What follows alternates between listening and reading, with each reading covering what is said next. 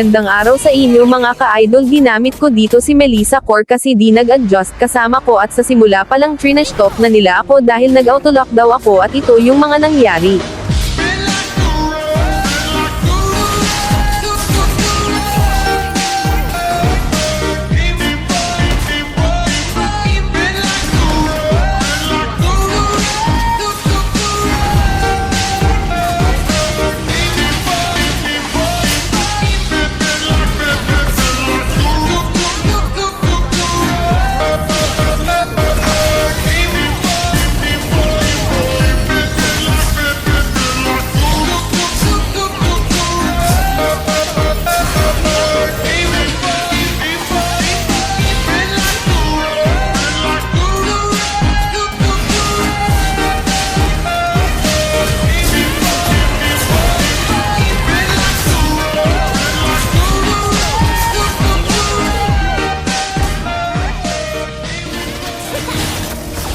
At sa mga bago pa lang nakakita ng video ko, sana naman mga ka-idol supportahan niyo ako at paki-follow na rin at salamat. Balang araw sisikat din tayo mga ka-idol.